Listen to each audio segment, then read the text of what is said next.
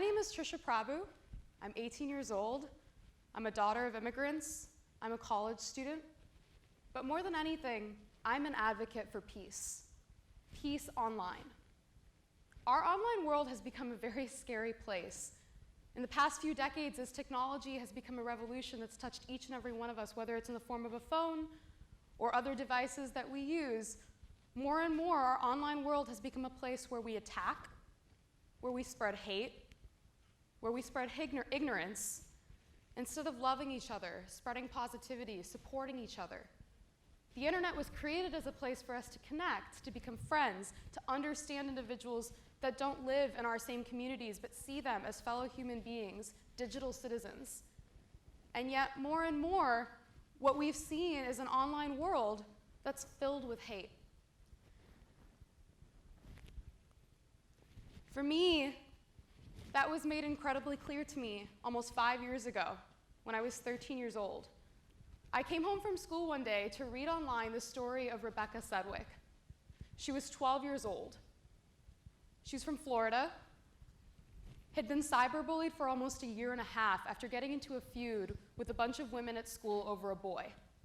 She tried to leave schools, transfer to other schools, shut down social media pages, and yet somehow the bullying always followed her. People got a hold of new phone numbers.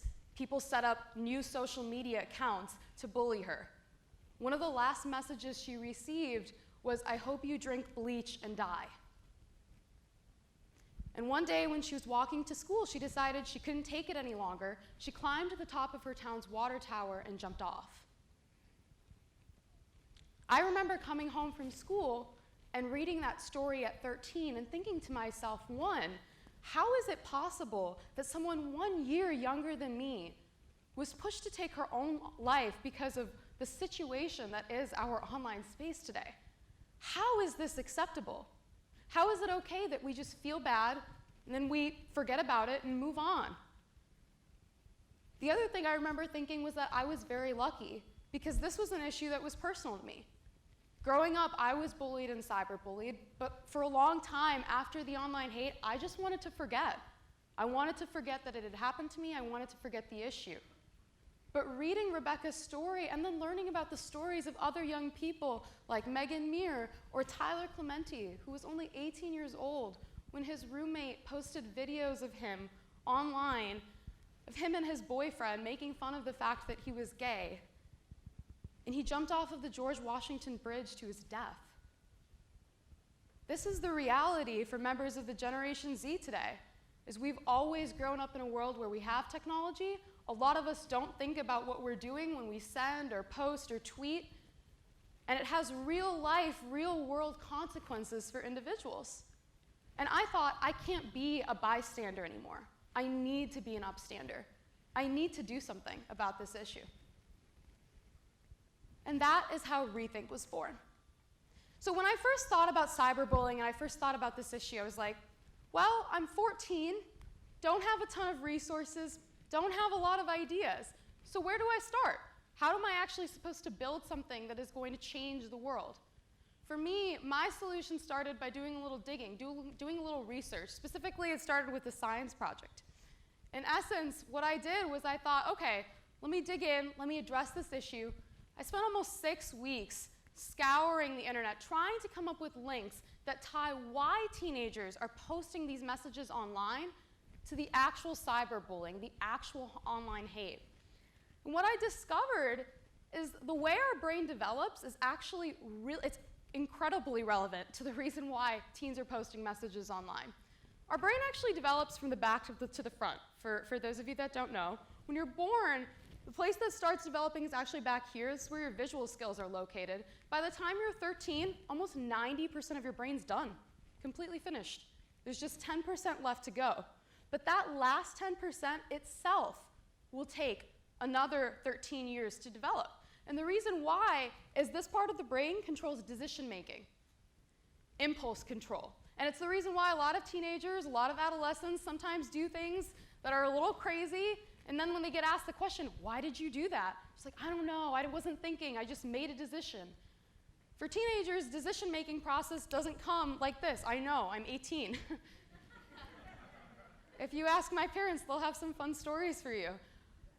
The point is, technology is a huge responsibility, a responsibility that comes with a lot of power, but we're giving it to teens who aren't necessarily equipped to really think about what they're doing online. So I thought, why don't I tap into that? I see a gap here, so let me try and innovate at this intersection where I see a problem, I see a potential solution, I see the gap. And that is how ReThink was born. So basically, ReThink is an app that's able to detect when you're about to post something offensive on social media. So let's just say it's something like, "You are so ugly," or "Go kill yourself."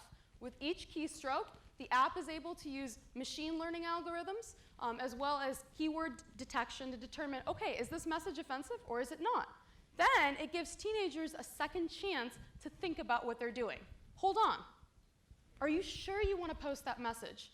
It could be offensive. Stunningly, in our first 1,500 trial study that we did with Google, Northwestern University, and MIT, over 93% of the time, when a teenager has a second chance to think about what they're doing, they decide not to post an offensive message on social media.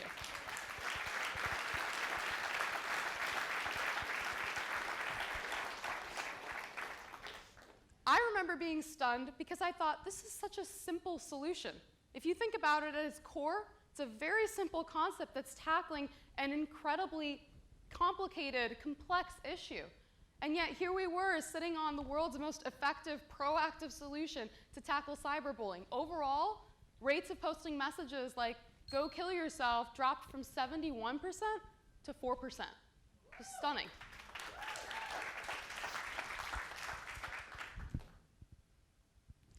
From there, ReThink has grown.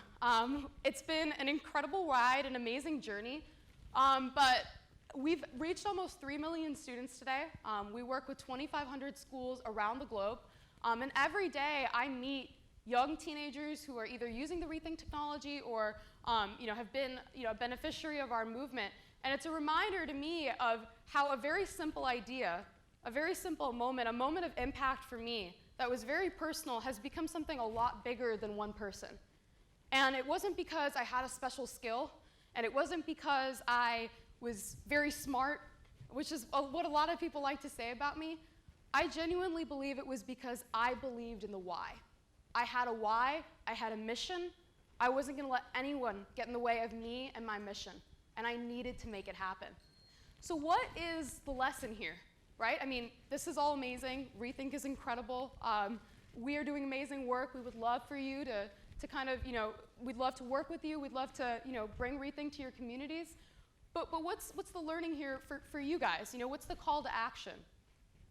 For me, I think ReThink is a great example of how someone who doesn't look like a person who can tackle this issue is sometimes the right person to tackle this issue. Part of building peace is recognizing is that there isn't a certain type of person that's going to tackle some sort of issue, right? Being a woman of color, being a young person, Silicon Valley, running a tech startup, it's a very interesting space to be in, especially today. And there were a lot of people who at the very beginning looked at me and said, this seems like a great idea, but I've never seen someone like you before doing something like this. This just seems off. And so the call to action that I want to give to each and every one of you today is, whether it's you or someone that you meet, if they're on the fence about, okay, is this idea for me? Am I the right person to tackle an issue? If I'm passionate, but I'm not entirely sure, I don't know if I have all the resources, I don't have all the answers. I certainly didn't.